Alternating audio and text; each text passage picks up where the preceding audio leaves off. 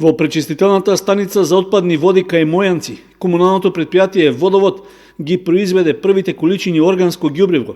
Тоа е добиено со мешање на филтрираните и наталожени цврсти материи и оризовата слама. Процесот на самата пречистителна станица со самата слама и со милта, односно компостирањето е веќе започнат. Откако милта ќе се сталожи во самите СБР или во самите базени овде на пречистителната станица, истата мил се пренесува во базен за одводнување на истата. Таму користиме одредени полимери, каде што таа мил се згуснува. Од таму се префрла милта во самиот дигестор, каде што се загрева на температура од 37 степени и ствара природен газ метан. И повторно со истиот тој газ ние ја загреваме милта, за да не користиме дополнително гориво или дополнителен ереген за загревање. Откако таму ќе се исуши милта, додатно со центрифуги повторно се одводнува и се додаваат дополнително полимери.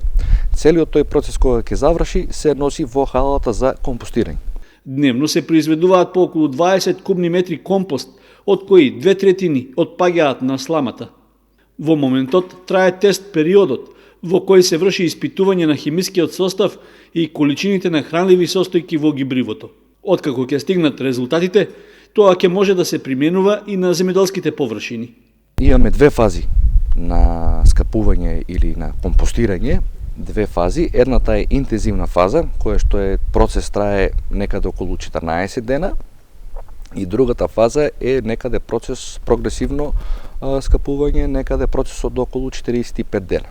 Според важечките законски прописи, комуналното јавно предпријатие Водовод не смее да го продава ѓубривото, поради што во оваа фаза тоа бесплатно ќе им биде распределено на оние земјоделци кои помогнале во прибирањето на потребните количини оризова слама.